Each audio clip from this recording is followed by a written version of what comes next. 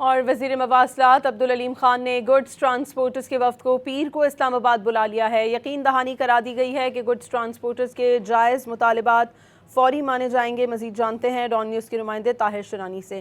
جی Tahir, update کیجیے گا۔ جی، وفاقی وزیر مواصلات عبدل علیم خان سے آل پاکستان گڈز ٹرانسپورٹ احتیاط کا ویڈیو لنک کے ذریعے اجلاس ہوا ہے۔ کیونکہ گڈز ٹرانسپورٹر نے ہڑتال کا اعلان کیا ہے تو ایسے میں وفاقی وزیر مواصلات کی جانب سے مذاکرات کے لیے گڈز ٹرانسپورٹرز کے وفد کو پیر کے دن اسلام آباد بلایا ہے تاکہ مذاکرات کے ذریعے جو بھی ان کے جائز مطالبات ہیں ان کو تسلیم کیا جا سکے اور اس پر عمل درآمد ہو سکے۔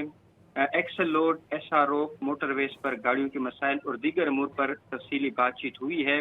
وفاقی وزیر مواصلات کا اس موقع پر کہنا تھا کہ موٹر ویز اور شاہراہوں کے تحفظ کے لیے ٹرانسپورٹرز کو تعاون کرنا چاہیے۔ گڈز ٹرانسپورٹر کے جائز مطالبات فوری طور پر مانے جائیں گے۔ انہوں نے کہا کہ موٹر وے پولیس کو 1 ماہ میں کرپشن فری کیا جائے گا۔ آئی جی موٹر ویز یقینی بنائیں گے کہ رشوت اور کرپشن کرنے والا ایک اہلکار بھی نہ بچے۔ وفاقی وزیر مواصلات کی جانب سے کہا گیا کہ جب تک آپس میں وہ بیٹھیں گے نہیں تو بات آگے کیسے چلے گی۔ انہوں نے کہا کہ مزدا ایسوسی ایشن اور 10 ویلرز کے مسائل بھی ترجیحی بنیادوں پر حل کیے جائیں گے۔ ایک بھی اوور لوڈ گاڑی کو موٹر وے پر نہیں آنے دیا جائے گا۔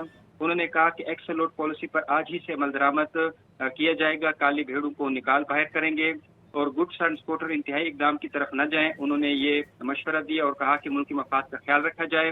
وفاقی وزیر مواصلات کے ساتھ جو مذاکرات ہوئے ہیں، ملاقات ہوئی ہے، تو اس میں گڈز ٹرانسپورٹر کی نمائندہ تنظیموں کے عہدیداران نے شرکت کی ہے اور انہوں نے اپنے مسائل سے وفاقی وزیر کو آگاہ کیا۔ ملاقات میں سیکٹری مواصلات، آئی جی موٹر ویز، چاروں صوبوں کے سیکٹری ٹرانسپورٹ اور متعلقہ افسران نے شرکت کی ہے۔